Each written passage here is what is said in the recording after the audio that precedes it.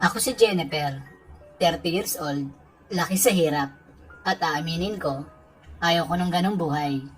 Kaya naman, gumawa talaga ako ng paraan para ako at ang aking pamilya ay makaangat sa buhay. Kaya naman, naghanap talaga ako ng lalaking mayaman. Ngunit, dahil sa di naman ako kagandahan, ay napunta ako sa isang lalaki na matanda. Nasa 70 na ang edad niya. Biyudo siya at mayaman. Kaya naman kahit siya ay matanda na at kulubot na, ay pinatulan ko na din siya. Kasi ang gusto ko naman talaga ay yung mayaman. Bonus na lang yung kasing edad ko at gwapo. Ngunit, isang araw, pagdadapuan ka nga naman ng swerte, ay di lang isang lalaki ang mabibingwit ko na mayaman, kundi dalawa pa sila. At ito ang kapatid ng aking mister. Siya ang aking bayaw at siya ay may asawa naman at nasa 65 na ang edad niya. Ilalahad ko po sa inyo kung paano ako napaligaya ni mister at ng bayaw ko.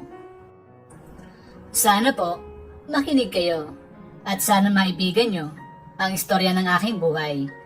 Isang araw, mga bandang 8 ng umaga, nagluluto at naghahanda ako ng almusal naming mag-asawa. Bigla na lang may nag-doorbell sa gate namin. Kaya dahil dun, ay agad naman nilabas ng asawa ko yon para tingnan kung sino ba yung nag-doorbell na yon. At maya-maya lang, ay andyan ang asawa ko at may kasama siyang isang lalaki na may edad na din at ito ay kamukha niya. Kaya bigla ako napatanong sa aking sarili, malamang siya na yung isang kapatid ng mister ko na nakatira sa Amerika. Honey, mukhang may bisita ka. Sino siya? Han, kapatid ko to. Siya si Andy.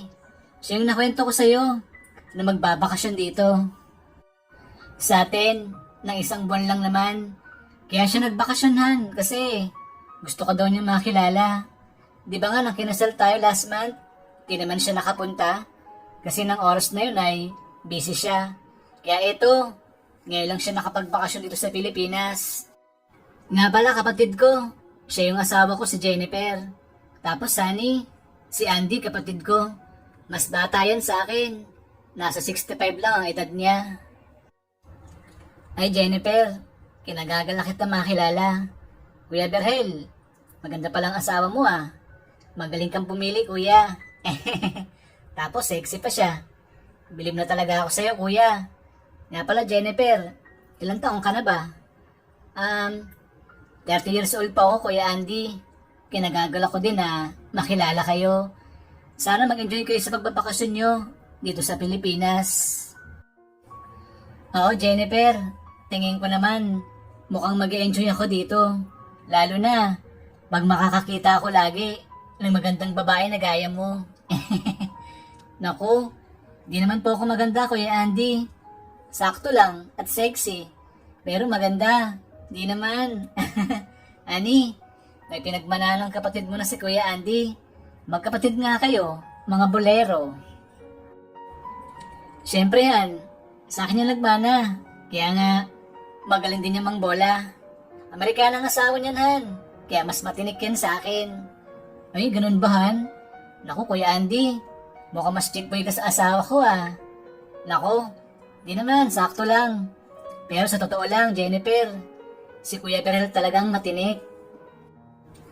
Sa chicks, kita mo naman, di ba? Ikaw pala pangasawa niya. Sa bagay, Kuya, may point ka dyan. Halika, Kuya. Sabay ka na sa amin mag-almusal.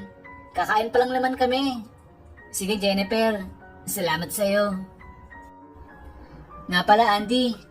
Bati ka man lang tumawag sa akin na ngayon palang dating mo.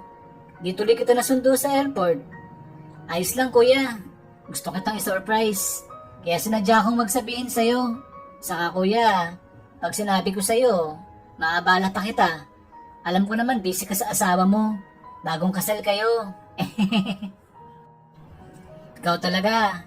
Maloko ka pa din hanggang ngayon. Sige na, halika na. Kumain na nga tayo. Yung mga dala mong gamit, ipapadala ko na lang sa maids ko, dun sa magiging kwarto mo. Sige kuya, salamat. Nga pala mamaya, pagkatapos natin kumain, may mga pasalubong ako para sa inyo. Tiyak ako, matutuwa kayong mag-asawa. Sige Andy, salamat sa'yo. Sige, kain na. Alam ko, gutom ka na. Ang layo pa ng biniyahe mo. Oo nga kuya, malayo talaga. Kaya gutom na din talaga ako. At pagkatapos namin mag-usap nun, ay kumain na nga kami ng agahan. At habang kami ay kumakain, ay napapasulyap. Sa akin, ang gurang kong bayaw. Ako naman, ay nginingitian ko na lang siya. Pag nagtatama ang aming mga paningin sa isa't isa, ginawa ko yun para ipakita sa kanya na di ako suplada. Kasi, yun din ang unang beses na magkita kami at magkakilala. Kaya dapat, pakitaan ko talaga siya ng maganda at maayos. Kasi, bayaw ko nga siya.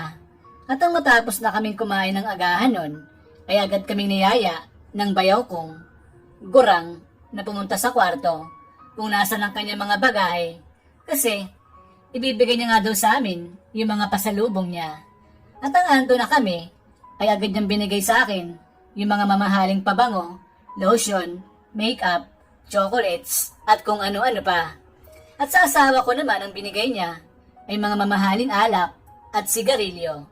Kaya dahil doon, ay natuwa naman kami ng aking asawa kasi iba pa din talaga pagbigay sa'yo at galing ibang bansa, mabango at amoy imported. Andy, kapatid ko, salamat sa mga binigay mo sa amin ng asawa ko ha. Ang dami na ito at alam kong mamahalin ng mga to. Wala yun kuya, pero salamat pa din at nagustuhan nyo ang mga bigay ko sa inyong dalawa. Alam ko naman, kayang-kaya nyo bumili ng mga yan. Sisiw lang sa'yo lahat yan, Kuya Berhel. Milyonaryo eh. Loko-loko ka talaga. Siyempre, nagustuhan namin to ng asawa ko. Di ba, Han? Oo nga po, Kuya Andy. Iba pa din kasi pagbigay mo. Tapos, galing pang ibang bansa, mabango, at umoy Amerika. Oo nga, Andy. Iba pa din pagbigay ng taong mahal mo, ng kapatid mo, o kamag-anak mo. Kaya mas nakaka-excite pa din. Kaya salamat talaga ha. Sige kuya, wala yun. Nga pala kuya at Jennifer, mamaya na lang tayo magkwentuhan ha. Matutulog muna ako. Napagod ako. Ang layo kasi ng biyahe ko. Tapos ito, nahihilo pa ako. May jet lag pa ako. Iba na talaga pag tumatanda na. Madali nang mapagod. Sige Andy, magpahinga ka na muna at matulog. Mamaya na tayo magkwentuhan. Oo nga kuya, magpahinga ka na muna. Ipapatawag na lang kita mamaya. Pagkakain na tayo ng tanghalian. Sige kuya, Jennifer.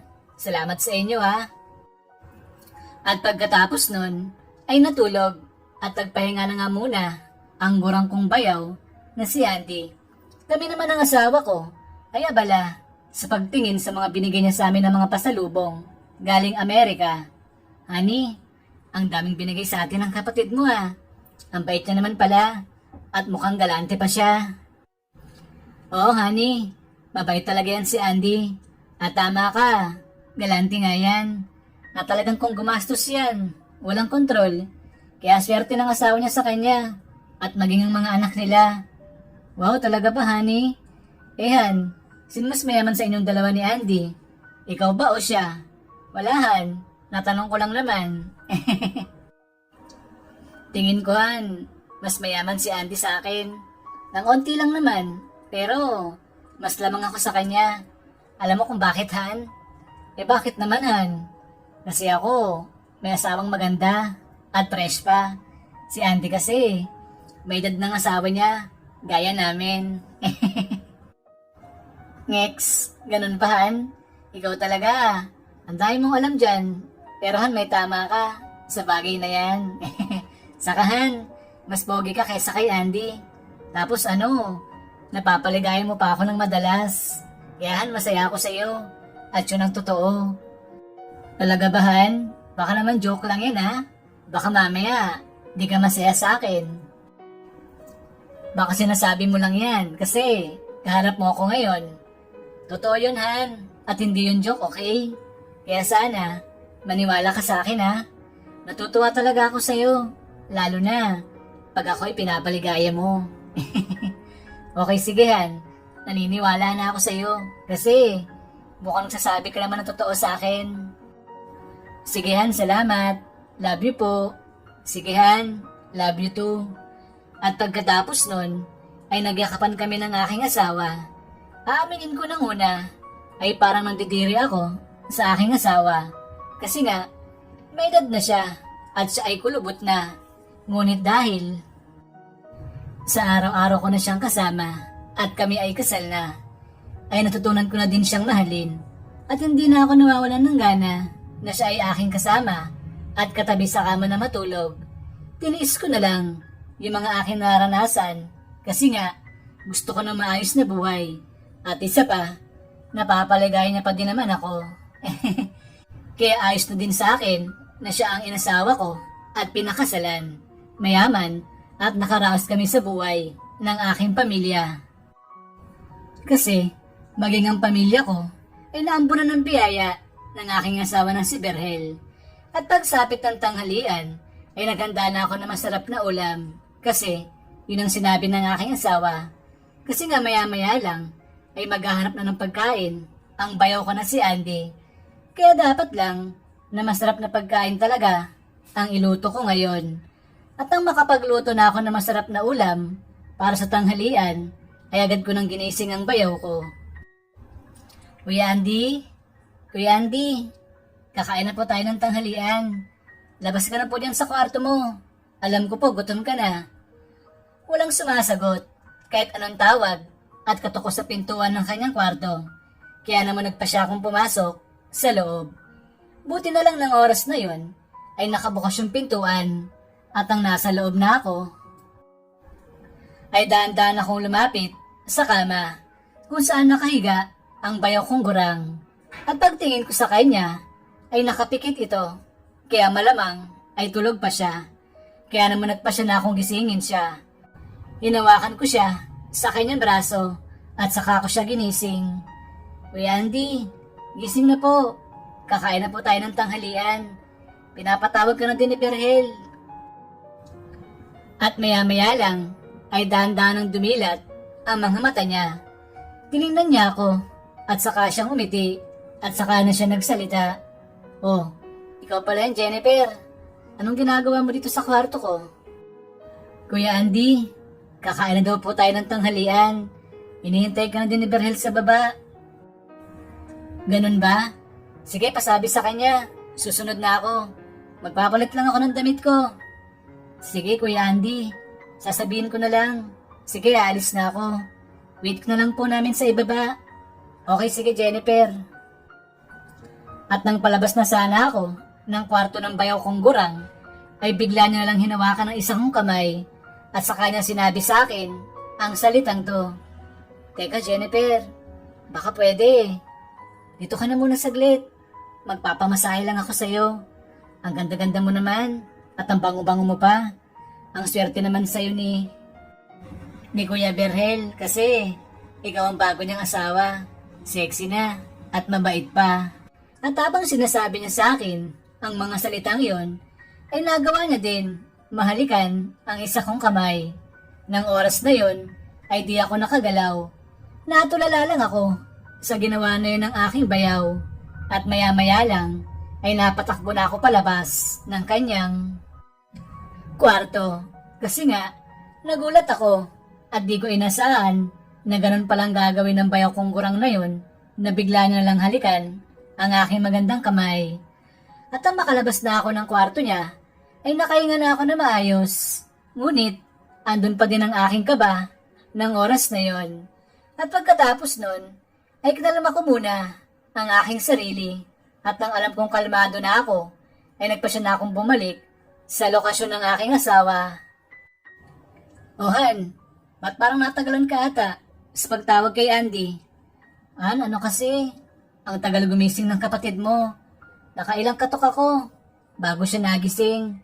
Mukhang napagod ata sa biyahe niya papunta dito. Ayun, nagising naman. Kaso matagal nga lang. Susunod na daw siya, sabi niya. Wait na lang natin, Han. Ay, ganun ba, Han? Oo nga pala. Di ko nasabi sa'yo. Tulog mantika pala yan si Andy. Kaya mahirap talaga siyang gisingin. Pero hayaan mo na. Ang mahalaga nagising mo siya. Wait na lang natin siyan bago tayo kumain. Sige Han, walang problema. Wait na lang natin ang kapatid mo. At pagkalipas ng ilang sandali, ay dumating ng bayo kong gurang na si Andy. At nang makita ko siya, ay kinabahan ako agad. Kasi nga, dahil sa ginawa niyang paghawak at paghalik sa kamay ko.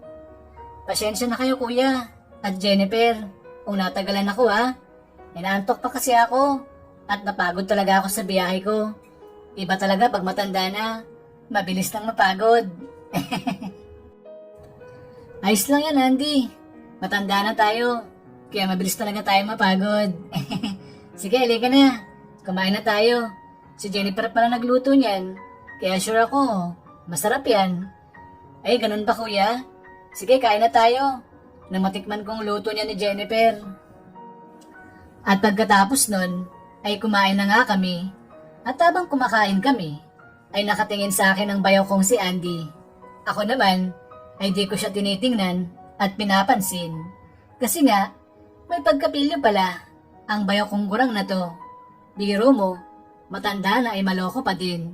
At pagkalipas ng ilang sandali, ay natapos na kaming kumain. Kuya, tama ka. Masarap nga magluto si Jennifer. Panalo kuya, nabusog ako. Maswerte ka talaga kuya sa asawa mo. Kaya dapat kuya, alagaan mo siya at mahalin ha. O naman Andy, mahal kong asawa ko na yan. At talagang alaga sa akin yan. Di ba Han? Oo Han. Inaalagaan mo naman ako na maayos. Kaya maswerte din ako sa'yo. Kaya Han, salamat ha. Kasi lahat ng kailangan ko at gusto ko na ibibigay mo sa akin. Love you Han. Sige Han, love you too. Wala yun Han. Basta kaya kong ibigay sa'yo. Ibibigay ko, okay? Wow, ang sweet na naman ng mag-asawa. Sana all, sweet ang asawa. Sige na kuya. Doon muna ako sa sala ah. Magbabasa lang ako ng dyaryo doon, o magazine. Sige Andy, bahala ka na dyan. Gawin mong gusto mo. Nga pala Han, pasok muna ako sa kwarto natin ha. May gagawin lang ako. Pasyensya ka na Han. Ikaw muna gagawa ng mga gawaing bahay ngayon. Alam mo naman, di ba? Day off ng kasambahay natin ngayon. Okay lang yan, Han. Kaya ko naman gawin ng mga to. Kaya huwag ka na mag-alala dyan, ha? Sige, Han. Salamat naman kung ganun. Sige, Han. Bahala ka na dyan, ha? Doon muna ako sa kwarto natin, okay? Okay, sige, Han. Ako nang bahala dito. Gawin mo muna yung dapat mong gawin. At pagkaalis ng asawa ko na si Berhel, ay agad ko nang ginawa yung mga dapat kong gawin. Inuna ko yung pagliligpit sa mga plato. At ang maayos ko na to, ay agad ko na itong hinugasan. At habang ako'y naghuhugas ng mga plato, ay bigla na lang ako nagulat nang may biglang yumakap sa akin. Kaya dahil dun, ay munti ko na mabitawan yung mga plato na hawak ko. Kasi nga, nagulat ako ng oras na yon. Kala ko nung una, ay ang asawa ko na si Berhel. Kaya naman, hinayaan ko na lang na yakapin niya ako. Oh Han, kala ko ba may gagawin ka ha? Ba't andito ka pa ngayon? Pagkasabi ko nun, ay nagtaka ako. Kasi nga, di siya sumagot. Kaya dahil dun, ay agad akong lumingon. Paglingon ko, ay ang bayaw ko pala yun na si Kuya Andy. Kaya dahil dun, ay gulat na gulat talaga ako. Kaya napahinto ako sa paghuhugas ng plato at saka ako nagsalita. Kuya Andy, ba't mo ko niyakap? Baka pwede. Bitawan mo na ako. Baka biglang sumulpot ang kuya mo dyan. Ang taray mo naman, Jennifer. Magpapasalamat lang naman ako sa'yo. Kaya niyakap kita ng ganito. Magpapasalamat ako sa'yo kasi ang sarap na niluto mong pagkain kanina para sa akin. Sana Jennifer, ganon. Lagi ka sarap ha. Mahilig kasi ako sa masarap na pagkain. Tapos, kasing ganda mo pang magluluto. Ayos yun. Jennifer, ang bango mo naman talaga. Nang sabihin yun sa akin ng bayaw kong gurang, ay di ako nakagalaw. Nakatingin lang ako sa kanya. Habang ako ay yakap-yakap niya pa. At maya-maya lang, habang ako ay yakap-yakap niya pa, ay may binulong siya sa akin. na parang nagustuhan ko naman ang oras na yon. At pagkatapos niyon mabulong sa akin, ay saka siya muling nagsalita. Jennifer, pag-isipan mo mabuti yung binulong ko sa'yo. Sige, salamat ulit ha. At bago siya umalis at kumalas sa yakap sa akin, ay bigla niya lang ako hinalikan muli sa aking kamay. At saka na siya umalis at ako naman ay di agad nakagalaw mula sa aking pagkakatayo. At pagkalipas ng ilang sandali ay bigla na lang ako napangiti at bigla na lang may tumakbo sa aking isipan na kung anong bagay. At pagkatapos ng tagpong yon ay muli ko nang tinuloy yung paghuhugas ng mga plato. At ang tapos na ako maghugas ng plato ay napadaan ako sa harapan ng bayaw ko. Doon sa may sala at ang magkaharap na kami ay nginitian niya ako at alam ko na naghihintay siya ng sagot doon sa binulong niya sa akin. Ngunit ang oras na yon ay parang gusto ko nang sagutin yung sinabi niya sa akin at yung inoffer niya sa akin kanina kasi alam ko sa aking sarili na makikinabang din ako at ang pamilya ko sa ina-offer niya na yun sa akin. At isa pa, aaminin ko, materialistic lord din kasi ako. Regaluhan mo lang ako ng mga mamahaling gamit ay sasama na ako sa iyo. Wala eh, ganon talaga ako. Kaya anong magagawa ko? Ayaw ko na din kasi maghirap pa o makaranas muli ng hirap. Kasi nasanay na din ako sa marangyang buhay gaya ng natatamasa ko ngayon mula sa aking asawa na si Berhel.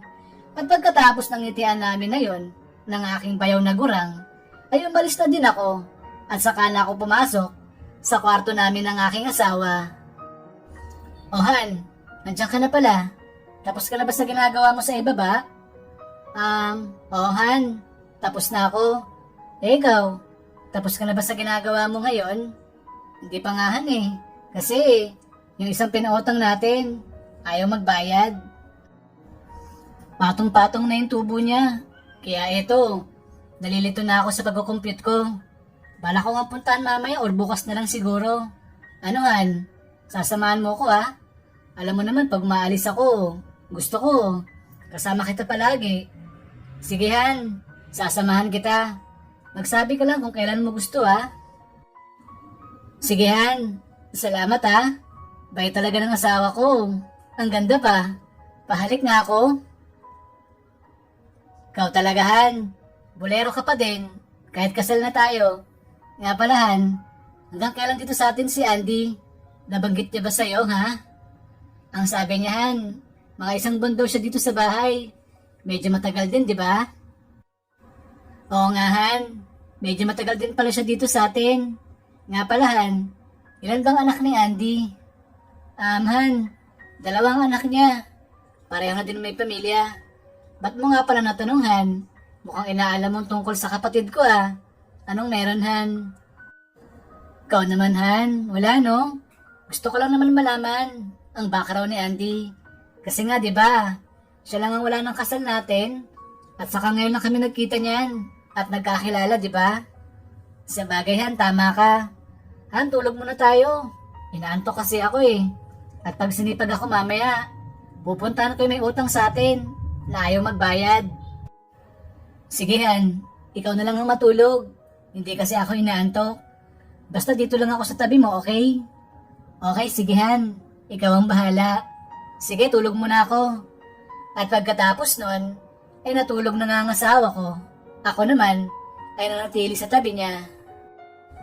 At pagkalipas ng halos 30 minutes, ay napansin ko, natulog na ang asawa kong si Berhel. Kaya naman, nag-isip na ako ng maigi sa nais mangyari ng aking bayaw. Kasi naisip ko, sayang naman, yung offer niya na yon kung di ako papayag. Kasi, minsan lang naman ang mga ganong pagkakataon. Kaya naman, nasabi ko sa aking isipan na parang gusto ko nang pumayag sa nais ng aking bayaw na gurang, lalo na nalaman ko mismo. Sa asawa ko, nagalante pala itong si Andy, kaya mas lalo talaga ako nagka-interes sa kanya. At dahil doon, ay nagpasya muna ako lumabas ng kwarto namin ng aking asawa para magpapansin na sa bayaw kong gurang. At nang nakalabas na ako ng kwarto, ay agad ako nagpunta sa sala Kasi andun nga siya kanina at ang andun na ako sa sala, agad ko naman siyang nakita doon. Kaya naman, nagpadali na ako dumaan at magpapansin sa aking bayaw. At gaya ng inaasahan ko, pagdaan ko muli sa harapan niya, ay bigla niya akong nilapitan at sabay yakap sa akin at saka siya biglang nagsalita. Ano Jennifer, nakapag-isip ka na ba? Tungkol sa binulong ko sa'yo kanina ha? Nang itanong yun sa akin ng bayaw ko, ay wala akong imik. Nagpakeme muna ako at syempre, ayaw kong isipin niya na mukha akong pera. Pero alam ko sa sarili ko na parang ganun na din yun. Pero alam ko, walang mali sa aking ginagawa. Ginagamit ko lang naman ang aking utak para sa ikakaunlad ng buhay ko at ang buhay ng aking pamilya. At dahil wala akong imik nun at ako'y nakatingin lang sa bayaw ko, ay bigla siyang may bagay na dinukot sa kanyang pulsa. At ang hawak niya na ito ay bigla niyang binugad sa mukha ko ang isang mamahaling kwintas na may pendant na diamond. Kaya dahil doon, ay nang laki yung mga mata ko. At ako, ay napangiti na ng sandaling yon. At mukhang alam na ng bayaw ko, na ako, ay papayag na sa kanyang nais, na makita niya, na gano'n ang reaksyon ng mukha ko. Jennifer, gusto mo ba na ito?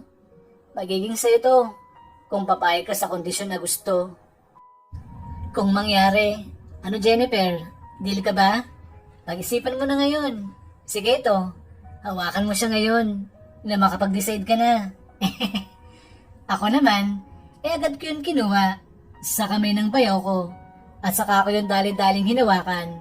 Sinipat ko yun at saka ko binalak na sukatin kung bagay ba sa akin. Hoy Andy, pwedeng pakisukat mo sa akin ngayon? Titingnan ko kung bagay siya sa akin. Sige sure, akin na. Nang masukat ko sa iyo ngayon.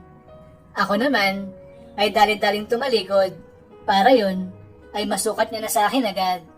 At ilang saglit lang ay naisuot niya na yun sa akin. Kaya naman agad ko yun tiningnan mula sa salamin. At pagtingin ko sa salamin ay nang laki ang aking mga mata kasi napakaganda niya pala at talagang bagay na bagay siya sa akin. Kaya nang sandaling yun ay parang ayaw ko nang alisin yun sa aking leeg. Kaya sure ako na gusto ko yun maging akin at nakuha. Uy Andy, ang ganda naman ng kwintas na to. Parang ayaw ko nang alisin sa leeg ko. Ganon ba Jennifer? Pwede naman maging sa'yo yan kung papayag ka dun sa binulong ko sa'yo kanina. At pagkasabi nun sa akin ng bayaw ko, ay di ako nakaimik.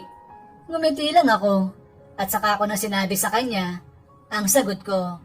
At ang madinig niya yung sagot ko sa kanya ay napangiti siya at saka niya ako niyakap at sabay tuka na sa aking labi.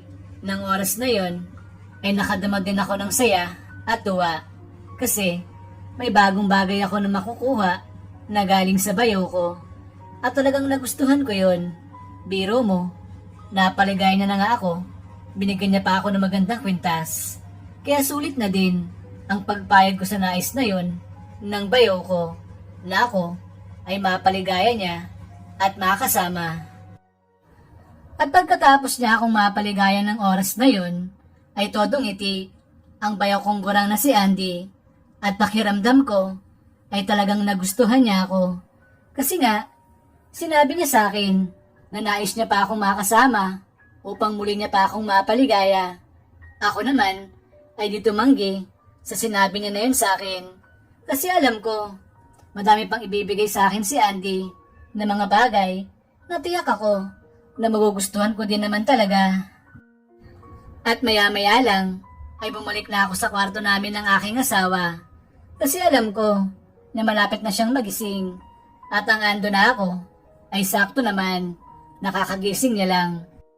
At sinabi niya na sa akin na siya ay aalis na at balak niya ng puntahan yung umutang sa amin na ayaw magbayad. Nagtailan na lang ako sa asawa ko ng oras na yon na ako ay di makakasama sa kanya.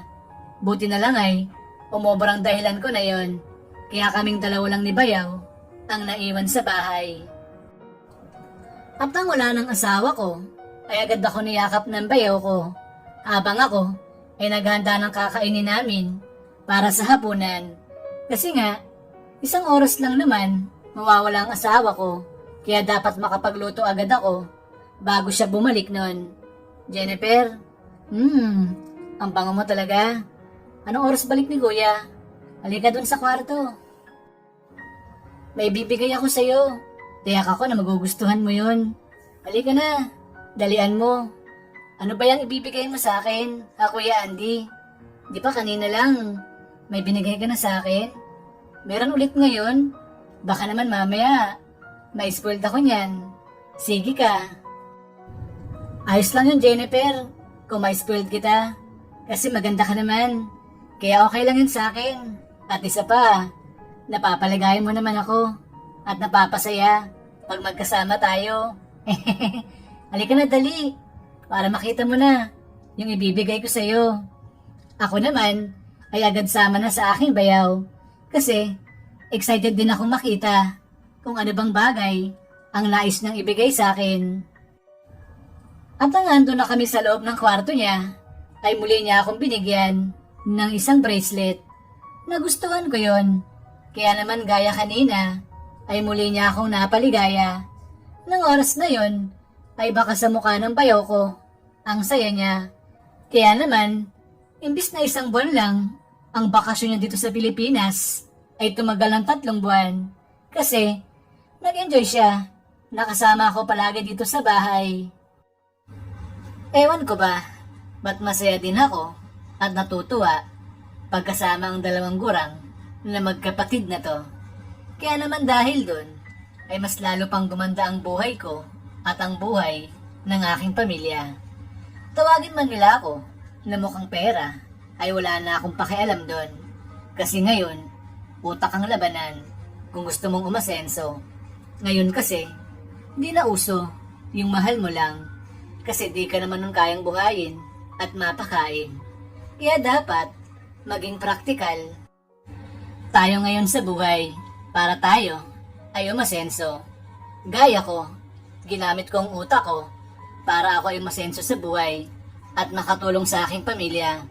At sa uli pang pagkakataon ay si Mister at si Bayaw ay sabay nila akong napapaligaya kasi lahat ng luho ko at gusto ko ay binibigay nila sa akin ng sabay. At ako po si Jennifer, ito ang aking kwento. So ayun, tapos na yung full story natin. Sana po na-enjoy nyo at naibigan. Bye-bye!